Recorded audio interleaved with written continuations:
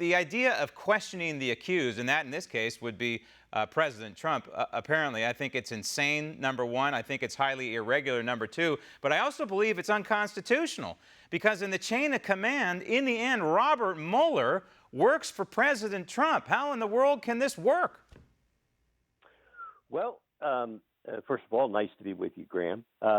What we have going on here is a bizarre kabuki dance. I have no reason to believe that the President of the United States would agree to be interviewed by Mueller and his team for the simple reason that their investigation is tainted from the beginning by illegal conduct and illegal actions. No court has said that yet, but it doesn't have to be a court. The President, under Article 2, controls the executive branch. He is the sole repository of all executive power. We all know he had the constitutional authority to fire James Comey. And if Mr. Mueller is investigating whether or not that firing was an obstruction, President Trump is under no obligation to answer any questions because, again, under Article 2, he can fire anybody in the executive branch he wants for any reason. Now, it's pretty obvious, based on all the Justice Department rulings, that a sitting president cannot be indicted. And Mueller has already said, as has Rosenstein, that the president is not a target. If that is the case, and if there is no evidence of Russian collusion, and there is no publicly available evidence of that from either Mueller or any of his cases or any of the various investigations on Capitol Hill, why does Mueller want to question the president? Right. The answer is very simple. Mueller is using a federal grand jury to get information for a report to recommend the impeachment of the president. The president of the United States is under no constitutional obligation to answer any questions from Mr. Mueller under those circumstances. All right, let's go down that rabbit hole. It is a rabbit hole, a constitutional rabbit hole, Joe, and that is, constitutionally speaking, Robert Mueller cannot be the predicate to an impeachment of a president. Again, because of the chain of command. Robert Mueller, in the end, through Rosenstein, through the Attorney General himself, Department of Justice, all of that is under the President of the United States, the chief executive. So, in effect, Donald Trump is employing a guy who's trying to end his employment.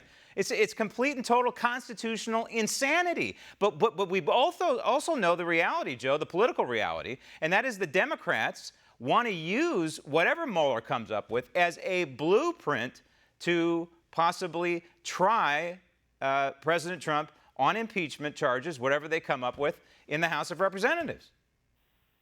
Well, there's no doubt about that. That is the ultimate goal of the Democrats. They want to take control of the House in November of 2018 and in January start impeachment proceedings. Now, they deny that with a sort of technical denial, but in fact, everyone knows what their game is. It is true that Mr. Mueller works for the president.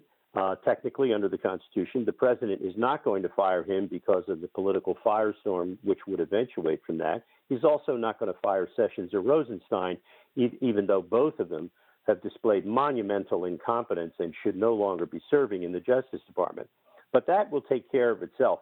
I imagine what's going to happen here. I can't imagine that the president's going to agree to be interviewed given the illegitimacy of the Mueller investigation. They're overreaching the way they've done such horrible things in the Manafort case. I think what's going to happen is Mueller's going to have to decide if he wants to issue a subpoena. If he issues a subpoena, the president will move to quash that subpoena, and I predict that the president will win in the Supreme Court because his testimony is not necessary to an ongoing criminal proceeding.